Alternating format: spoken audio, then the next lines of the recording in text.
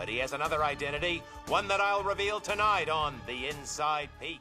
Ian Peak is the host of the infamous tabloid newscast, The Inside Peak. But before becoming the host, Ian was a low-rate journalist craving for a leverage to jumpstart his career. Ian is beyond arrogant and is very weaselly. He also gets joy out of exploiting, blackmailing, and ruining people's lives, which ultimately lets us know that Ian Peak is a sadistic human being on top of everything else. Ian rose to fame after stealing a special device that turned him intangible, allowing him to walk through walls and get dirt on Gotham City's celebrities. And with that ever so brief summary out the way, let me quickly go ahead and mention the episode that I'll be going over and discuss how I'll break it down. The episode we'll be looking at is titled Sneak Peek, and as usual, there will be some skipping within the episode itself, but like always, that's just for the sake of staying focused on our villain of the day. With that said,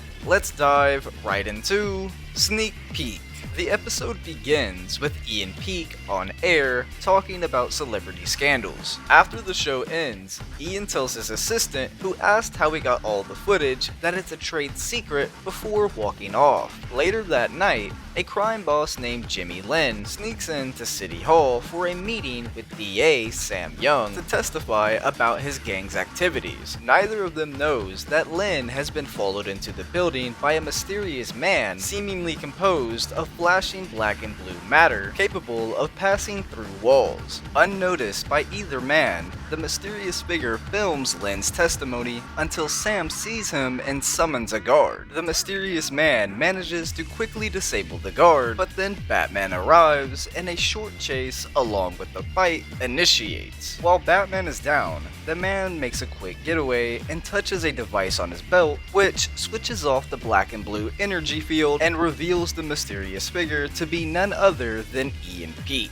There's truthfully not much to take away from any of this. However, it's very likely that the reason Ian enjoys his job so much isn't just because of the money. His main reason for loving his job could potentially come from the stalking factor that comes with his job. However, this is just speculation. But by the looks of it, the power of the device awoken something in him, and whatever was woken up has now shrouded Ian's mind in corruption. So much so that he blew up Batman. Now, it's very unlikely that the explosion would ever actually kill Batman, but it's still an attempted murder nonetheless. And now it's time for our first skip within this video. The Inside Peak comes on again, and Ian reveals the events of the previous night, in which Ian tells all about Lin's meeting with DA Sam Young, and after the show, Ian takes pills for his stomach. Keep this in mind, this will come back. I wasn't just bringing this up just because.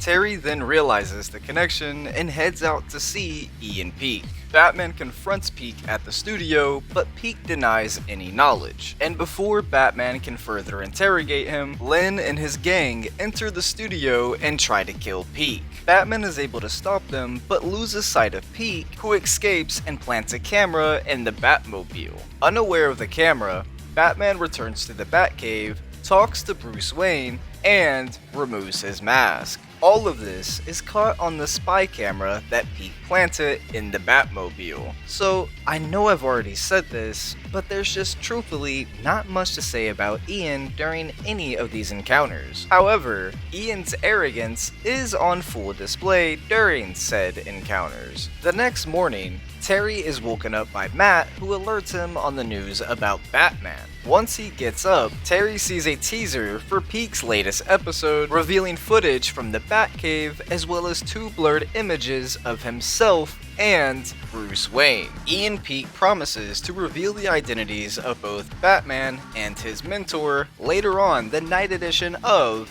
The Inside Peak. Terry then receives a phone call from Bruce, who has found the spy cam, but can do nothing to stop the show from airing. While Terry blames himself for their situation, Bruce accepts the fact that their identities are going to be revealed, but is annoyed that someone like Ian Peak had to be the one to expose them. So, similar to the encounter with Batman and Ian at the studio, the scenes with Ian on the air really show how overly confident and arrogant Ian truly is. The same scenes also show us just how much pleasure Ian takes in ruining people's lives by exposing their darkest secrets to the entire world. At Peake's office, Ian is having trouble with his stomach again and gets medicine to soothe his pain. He then notices Batman's sudden arrival and invites him inside, but addresses him by his real name, startling him. Upon discovering their identities, Pete confronts Terry with his deduction that Bruce Wayne was the original Batman. Ignoring Pete's questions, Terry reveals that while he doesn't care what happens to himself, he still demands for Bruce to be left out of this, considering all that he's done for Gotham. Pete realizes how much Bruce means to Terry, but still refuses, and then mockingly asks for an interview, causing Terry to leave. Ian refusing Terry's request and proceeding to ask for an interview is the perfect example of what I've been talking about. This moment highlights Ian's lack of care for others, as well as highlighting his arrogance, as he truly believes he's bested both versions of the Batman. Terry returns home and finds that, along with the rest of Gotham City, both Matt and Mary are excited about seeing the show. Meanwhile, as Pete is getting ready for the show, he takes a tablet for his stomach pains, but it seems to have gotten much worse, which we'll see why. Ian looks down in horror and sees that his body is partially phased even without the belt. Skipping ahead again, Bruce appears at Pete's studio in response to an urgent summoning. Pete says his body is starting to lose its substance and is now slowly becoming completely intangible even without the belt, and asks Bruce to use his company's resources to find a cure. After Bruce basically says no and says that there are other companies, and after Ian brings up Taka, saying he interviewed him, Bruce realizes that Pete not only stole the belt, but he was also the one who started the fire that killed Taka. Pete admits it and shamelessly defends his actions, saying that he had to have it, claiming that to him, the belt was a chance to kick his career into high gear. This brings up a factor that ultimately takes Ian from an arrogant Weasley Roach to an arrogant Weasley Roach murderer. All for the sake of fame, Ian not only manipulated others and destroyed their lives with their own secrets, but he also became a killer just to further his career. Disgusted, Bruce refuses to help him, and Pete threatens to expose both him and Terry. Bruce sees that Pete's body is further deteriorating and keeps walking, aware that time is not on Pete's side. Pete tries to give back the footage of the cave by throwing it at Bruce's feet, but Bruce still refuses. Enraged, Pete attacks and nearly kills Bruce, but Batman arrives at the last second, like always, and saves Bruce. Pete continues to fight and raises a gun, but his whole hand becomes intangible, followed by his entire body. While still at the mercy of gravity, Ian sinks through the floor, yelling for help. Batman chases after Pete, while Bruce picks up the disc containing the spy camera footage. Batman just manages to reach the lowest basement level as Pete is seeking through it. Batman then tells Pete to control his solidity so he could pull him up, and it seems to work at first, but Pete ultimately loses all control and helplessly sinks into the ground. Bruce then arrives and explains that in his phased state, Pete will likely keep on falling until he reaches the center of the earth, and after that explanation, Bruce says this: "It's about as inside as you can get."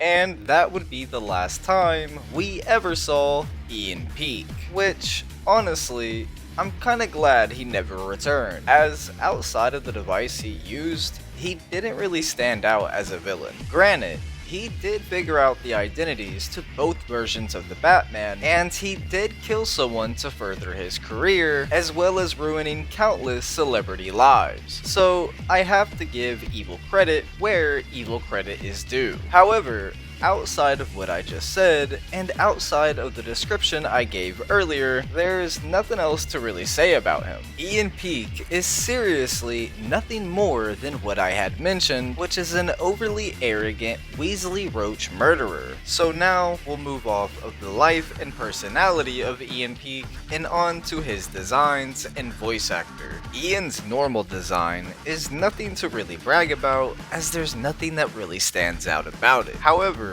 his design while using the device is where his character's design shines. From the colors to the intangible design itself, it was all executed perfectly. And while on the topic of this design, there's something I wanted to quickly mention. The design really reminds me of the news anchor that we see throughout some of the episodes, such as Rats. But anyway, now we'll move on to Ian Peake's voice actor, with that being Michael McKean. Michael McKean also voiced Dr. Marcus Edmund in the Zeta Project, as well as Dr. Bartholomew Walper in The Dark Knight Returns Part 1 and 2. However, some of you may know him from Better Call Saul, where he plays Chuck McGill. Also, while talking about Michael McKean, I should add that he used an Australian accent for the character of Ian Peake, which if you ask me was a great touch. So huge shout out to Michael McKean. Mr. and Mrs. Jim Tate. Jim Tate was a highly successful weapons engineer of Wayne Powers until the day he was fired. The pressure to provide for his family compelled Jim to commit robberies and to become Armory. Before being fired, Jim always provided his wife Lorraine and stepson Jared with the absolute best. Though successful, he was financially irresponsible. With a propensity for heavy spending, he lavished his family, purchasing 2 cars for his son, expensive jewelry for his wife, remodeling a large house for his family, and so on. With that brief summary out the way, let me quickly go ahead and mention the episodes that I'll be going over and discuss how I'll break them down. The first episode we'll be looking at is titled Spellbound, and the second is titled Armory. Rather on the nose, isn't it? Anyways, like always, there will be some skipping within the episodes themselves, but as usual, that's just to stay focused on our villain of the day. With all that out the way, let's dive right into Spellbound. For this episode, we'll only be looking at the wedding scenes, as that is our introduction to Jim Tate. It starts off as expected. Everything and everyone is fine. That is until the bride and groom make their way down the stairs. A magic eye concealed in a video camera hits Lorraine, and she suddenly sees herself in a nest of gigantic insects. She then runs in terror. Catching a glimpse of Spellbinder hiding in the crowd, Terry runs down to his motorcycle and pulls out the batsuit. Meanwhile, in absolute terror, Lorraine jumps off the hotel balcony. Batman manages to grab her and save her, but she sees him as an insect too and tries to escape from him. Eventually, she sees even her jewelry as insects and tears them off while on the tracks of an oncoming train. Batman manages to save her, but cannot stop Spellbinder from stealing the jewelry. The main takeaway from the wedding, along with a few other bits of dialogue given throughout the episode, is that Jim genuinely does care for his new family, going all out on the wedding, being a good husband, as well as gifting Jared cars and bonding with him in general, amongst other things. Sadly for Jim, all of his spending would eventually catch up with him and his family by the next time we see them. And with that being said, what a better time to dive into the second episode, Armory, than now. It's within this episode where Jim's selfless nature and moral compass become compromised. All seems fine in the beginning of the episode, but literally 1 minute into it, and Jim is being fired from his job, even with him being the one who built the division and with his degrees in electronics and engineering. He then goes home to tell his family and does his best to remain optimistic. After a night out with his family, he starts looking for a job, but sadly to no avail. That is, until he comes across a shady businessman that he's done under the table work for in the past. The man, who does have a name, but I'll just call the man or Shady Man for simplicity's sake, says his company wants the prototype weapon that Jim was working on, which is a sonic beam emitter capable of blasting through steel. Jim says he would have to break into Wayne Powers to steal the design specs. The man mentions a large payment for his work, and Jim agrees to the job. Drawing on his experience with special forces, Jim dons a combat suit and mask to infiltrate Wayne Powers and steal the specs. effects. He is caught on his way out by both the police and Batman, but he manages to evade both. Jim receives a down payment from the shady man, and the man mentions that Jim needs to break into one more facility in order to get the parts to complete the weapon. The man then notes that Jim doesn't seem too happy, and that's because he's not. Whether it appears to be so or not, Jim really doesn't want to be doing this at all. Jim then goes home where he has a minor outburst due to the stress from everything and the moral compromise that I mentioned earlier. He immediately apologizes after and then says he's going to get some work done. This moment shows us just how overwhelmed and conflicted Jim really is. For the first time ever, he's yelled at his family. He's become so lost in his fear of losing his family that he's becoming emotionally unstable. Jim goes on to commit his second robbery and again is confronted by both Batman and the police, but manages to evade both of them with some difficulty. Before Jim arrives home, Jared sneaks into his workshop wanting to know what's going on and hides under the table as he hears his stepfather and the shady man entering the workshop. Jim then assembles the completed weapon and demands his final payment. A spider then gives Jared away, and after being pulled out from under the table, Jared confronts his stepfather after hearing that he is Armory. Hearing their raised voices, Lorraine also comes in and learns her husband's secret. Jim pleads that he has only done it for them and as a temporary measure, but Lorraine and Jared don't believe him or his words. Lorraine tells Jim that the money meant nothing to them and that he wouldn't have lost his family just because he got fired. She then tells Jim that he didn't do this for them, but rather only for himself. This is partially true, as while under the stress, his mind began to break. He even mentions to the shady man that his encounters with Batman and the police reminded him of war. However,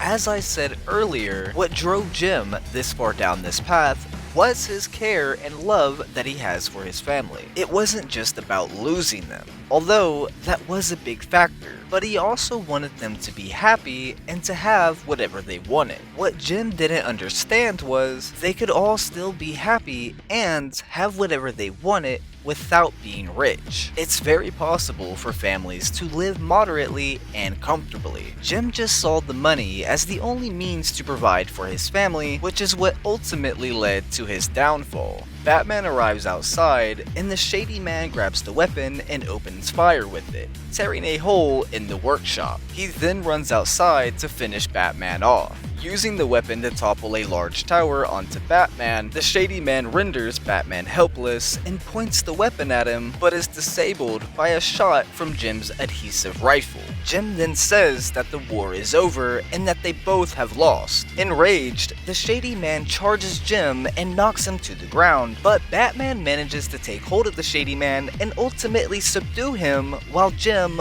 gratefully hugs his family. At school, Jared tells Terry and Max that Jim cooperated fully with the authorities, so he received a reduced sentence for his crimes. He will still be incarcerated for some time, and the family had to pay a stiff fine, but he's bearing up. And that would be the last time we ever saw Armory, aka Jim Tate. Jim's story is one of greed, and how the thought of money can and will not only blind you, but also consume you. Jim's character also explores the emotional and societal impact of job loss and the lengths someone might go to when facing such hardship. It's a precautionary tale, really. And if you ask me, the writers did a great job at handling this character and the episode Armory. If you really immerse yourself in the world, you can feel the emotions not only going through Jim's head, but also his wife and stepson's heads as well. But now, moving off of the life and personality of Jim Tate and on to his design and voice actor. The normal design for Jim is nothing really special, as it's just a suit. But that's not why we're here.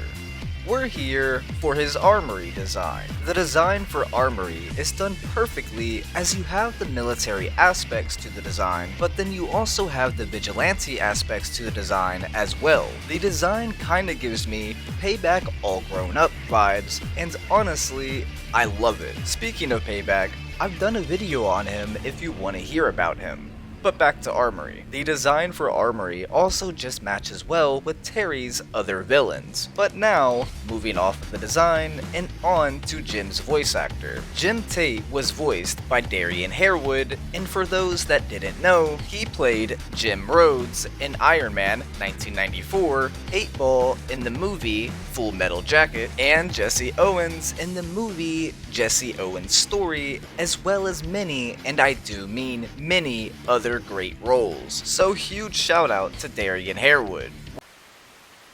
I shouldn't be seen leaving work this early.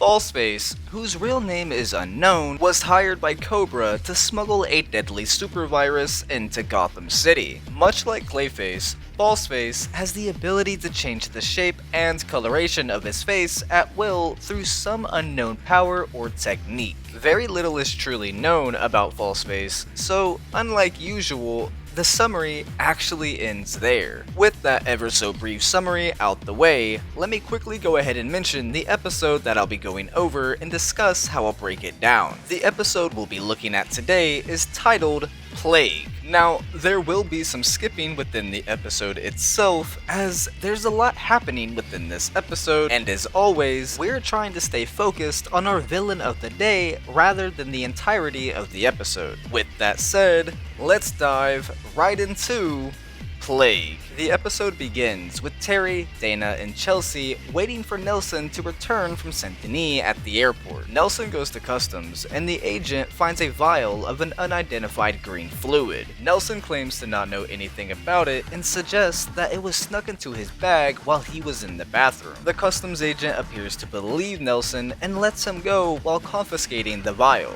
After Nelson leaves, the customs agent turns over the vial to a Cobra agent and reveals that he's capable of molding his face into others. Nelson then catches up with the group and heads out, but is intercepted by Stalker before he reaches his car. Batman soon arrives and attacks Stalker, who claims he doesn't want to fight. Batman doesn't believe him, but Agent Bennett arrives and says that Stalker is telling the truth. He explains that Stalker is working for the NSA to help track down Falseface, a face-changing mercenary working for Cobra. Agent Bennett then explains that Cobra intends to release a lethal super virus onto the city unless they're paid 10 billion credits. Agent Bennett then says that the virus has already been tested on a small island community and the virus had eradicated all life on the island. The main takeaway from all of this is that Falseface is aware of Cobra's plan, and yet he's still okay with it all. This lets us know that Falseface has a serious mental disconnect, as he's more than okay with Gotham being plagued by this virus as long as he gets paid. As I said, there's very little truly known about Falseface, but what seems to motivate him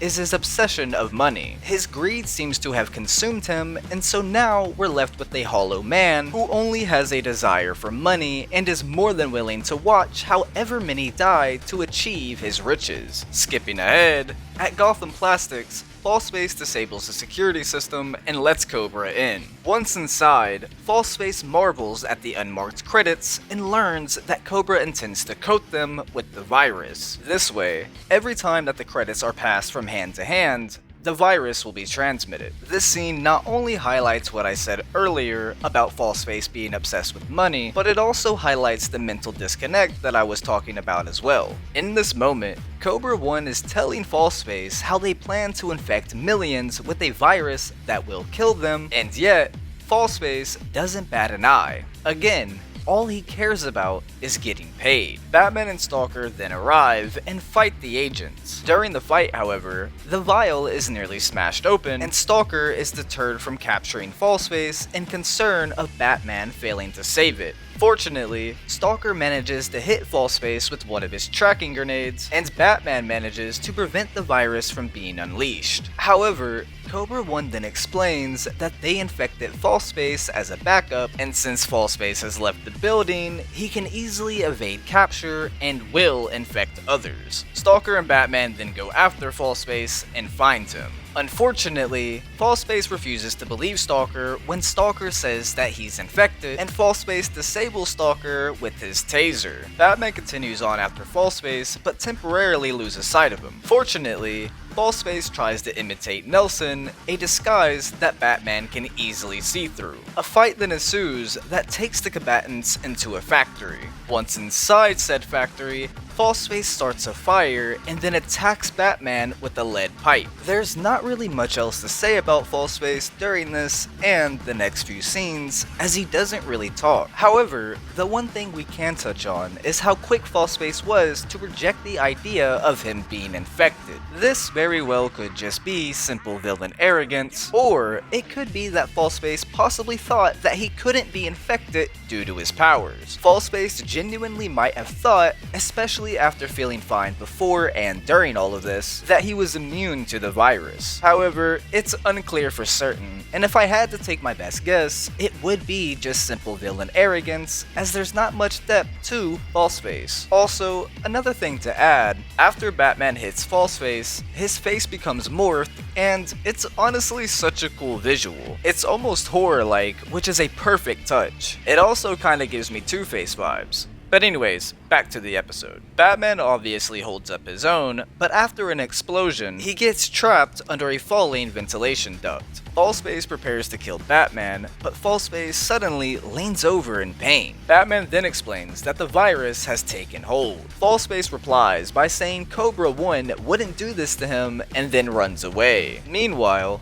unable to free himself, Batman believes himself to be doomed, but Stalker arrives and saves him. The two things of note here are firstly, Falseface refusing to accept that Cobra 1 betrayed him tells us how it really was just simple villain arrogance. And secondly, after Falseface gets hit again, his face morphs once more. This time, however, with flames in the background, which adds to the horror element that again just works so perfectly. Back to the episode. After being saved by Stalker, the two escape, and once outside, they find Falseface collapsed. And that would be the last time we ever saw Falseface within Batman Beyond. I know I've said this a few times, but there's really not much to say about Falseface. He's a rather simple villain with a rather simple motive, but for what it's worth, he's overly greedy, highly obsessed, sadistic, and mentally unstable. And it was that same greed and obsession that consumed him until he was eventually led to his death by his own desires. Before moving on to his design and voice actor,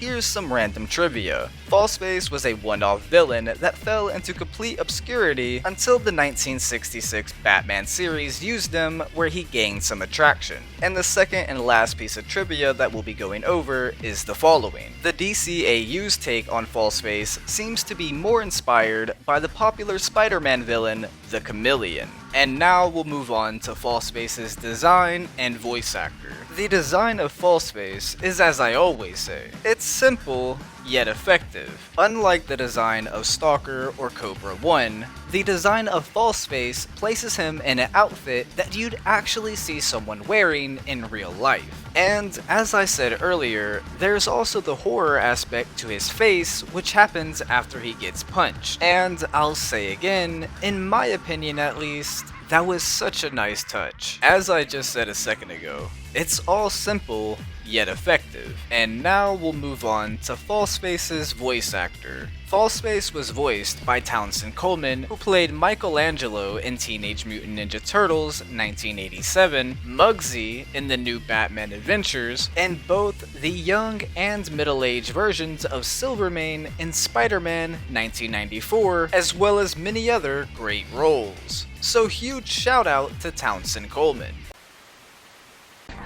He's really got a delicate touch, DD. Delicate like a moose, DD. Twin sisters Delia and Deidre Dennis, aka the Dee or just the D twins, are the grandchildren of Harleen Quinzel. The twins would follow in the steps of their grandmother, as they would go on to not only be a part of the Jokers, but they would be a part of the Jokers gang that actually worked for the real Joker. Harleen raised the D twins herself, and it's unknown what happened to their parents. Having given up her allegiance to the Joker, she did her best to ensure that they would grow up like normal kids. However, she failed, as Delia and Deidre inherited Harleen's early fascination with the Joker. The D-Twins joined his namesake gang while still in their early teens. With that brief summary out the way, let me quickly go ahead and discuss how I'll be handling this video. So, just like my video on Ghoul, I won't be diving into the appearance that the D-Twins make in Justice League Unlimited, as I'm just trying to stay within the world of Batman Beyond. So I'll only be talking about Batman Beyond: Return of the Joker in this video. However, if you want me to dive into the appearance of Ghoul and the D-Twins in Justice League Unlimited, feel free to let me know down below.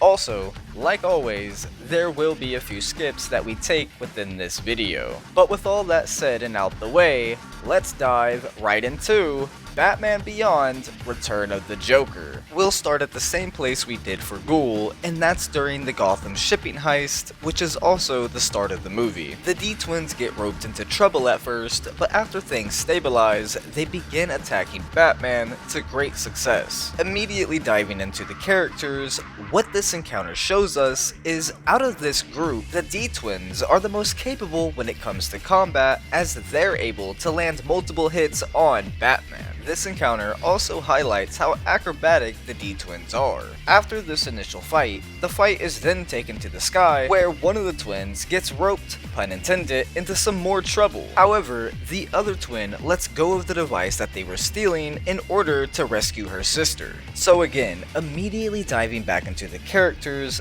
the main takeaway from the fight in the sky is that the D-Twins will literally drop any and everything to save one another. This is a trait that they most likely picked up from Harley. However, Harley felt that way towards Joker, whereas the D-Twins feel that way about each other. After saving the other twin, and bonk, the group of Jokers make their escape. Skipping ahead, DD and the others regroup at Jolly Jack's candy factory, where Joker holds a meeting. There's honestly not much to say about the D-Twins here, as the only noteworthy thing here is that, just like the rest of the crew, the D-Twins are struck with fear after Joker kills Bonk. This will sadly be a reoccurring theme, as there's just not a whole lot to say about them. Anyways, skipping ahead once again, Joker and his gang then attack Wayne Enterprises, where the D-Twins attack Bruce Wayne himself after making some remarks about him. From that point on, they just kinda stay in the background. This scene really just goes back to what I said about the D-Twins being capable in combat, as they were able to land 2 hits on Bruce, while Wolf got dispatched of in 2 hits by Bruce. Again, there's sadly not a whole lot to say about them during all of this. After everything is said and done, Joker, Wolf, and the D-Twins make their escape. Skipping ahead once again, the Jokers are then sent out to kill Terry while at a club, and this is where we see more of the D-Twins' combat capabilities that I've already mentioned. These skills, along with their acrobatic skills, are no doubt another trait that they picked up from Harley. And honestly, it's really cool to see them resemble Harley in not only their outfits, but also their fighting techniques. Another thing of note is the playful manner they have that also bleeds into their combat, just like Harley's did. Anyways, after a while, Terry drops a giant lava lamp on the Jokers, which defeats them. Well, that and 2 punches delivered directly to Chucko's face. Afterwards, they somehow managed to escape. And skipping ahead yet again, the D-Twins were then sent out to Jordan Price's yacht to take care of a, quote, loose end alongside the other members. Before boarding the yacht, the D-Twins ambushed Jordan's girlfriend, Amy, tying her up and gagging her, before having one of the twins pose as her while Jordan arrived at his quarters upon departure. This moment, once again, highlights the twins' playful mannerisms that they no doubt got from Harley. The creators did a really good job at making the twins Terry's version of Harley, even if they weren't used as often as I or others would like. The D-Twins then inform Jordan that he gets to stay top dog and everyone will be happy, after old Chucko says that Wayne is terminal. However, Jordan still remains a loose end, And loose ends should be tied up. so one of the D-Twins cuff Jordan to a table after Wolf kicks him into a wall. The Jokers then tell Joker the news, and he prepares a giant laser beam from a satellite to destroy the ship. After Batman finally enters the yacht, the Jokers make their quick exit. And this is where we'll take our final skip within this video. In the D-Twins' last confrontation at Jolly Jack's Candy Factory, Batman fought smart. First, he goaded the pair using the Batsuit's cloaking device and lured them into walking over a floor slippery with jawbreakers before tricking them into charging into each other, knocking themselves out. There's not much of note here except for one thing. While Batman is invisible, he pushes one of the twins, and the one that got pushed pushes the other twin, thinking it was her that did it. This shows us that they possibly have a small sibling rivalry, as one was quick to blame and push one, and the other was quick to retaliate verbally by telling the twin that just pushed her and said watch it, to watch it herself. Back to the episode.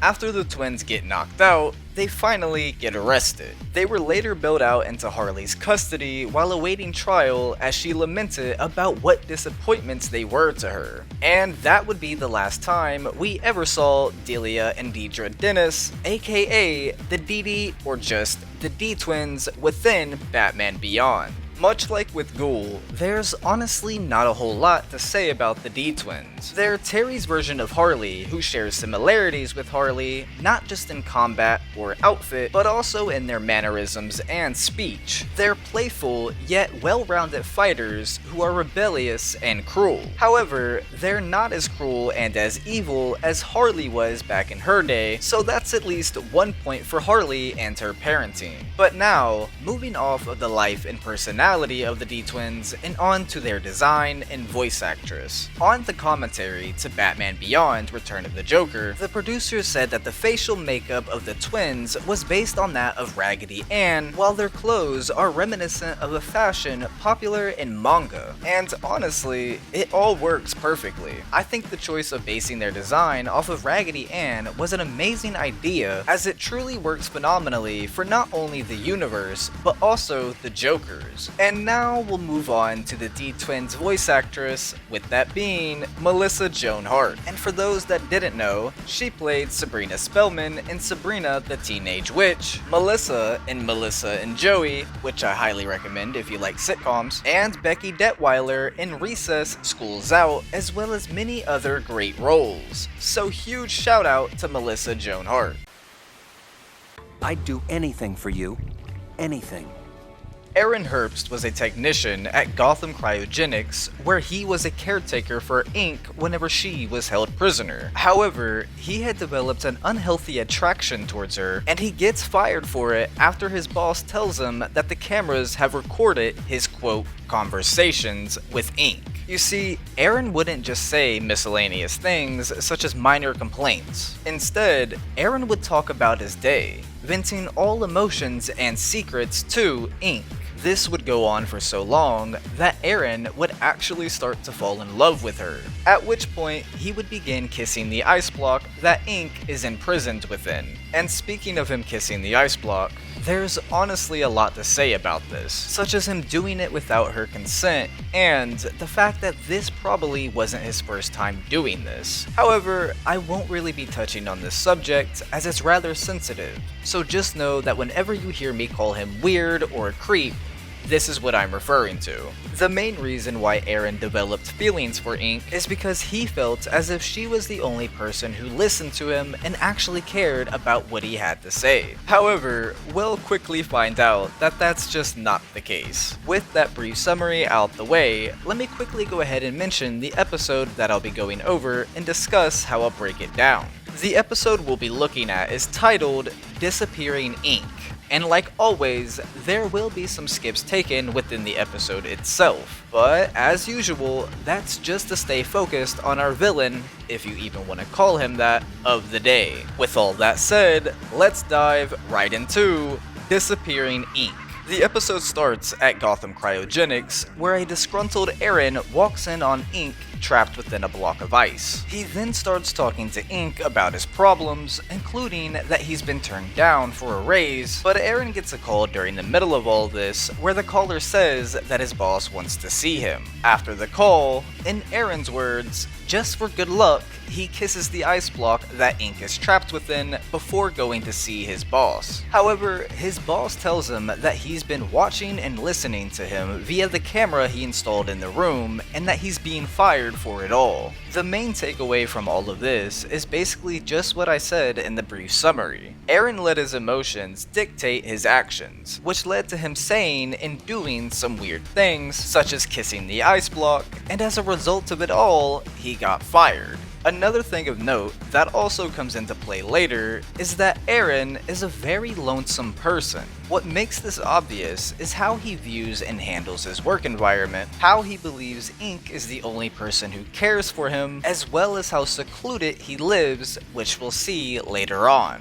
After being fired, Aaron acts out in revenge and cuts off the power to Ink's cell, allowing the ice to melt and freeing her. Skipping ahead, an alarm goes off that alerts both Batman and Aaron to Ink's escape, and a news report shows that she's holding employees at the cryogenics plant hostage. Batman then shows up, and after a short fight, Ink makes her escape. Afterwards, at Aaron's apartment, he watches the newscast about Ink's escape and chuckles. Ink then arrives, and as they talk, Aaron is surprised to learn that she's been able to hear and see him during her imprisonment. Aaron is initially embarrassed about going on and on about his problems, but Ink says that she won't tell anyone if he helps her. Aaron then eagerly says that he'll do absolutely anything for her. So this also goes back to what was said in the brief summary, as that unhealthy attraction I mentioned is on full display here. It's his first time actually having a conversation with her, and he's already willing to do anything she says, even after she says that all of his problems were boring and stupid. Another thing of note in the next scene is that Aaron tries getting Ink to shower.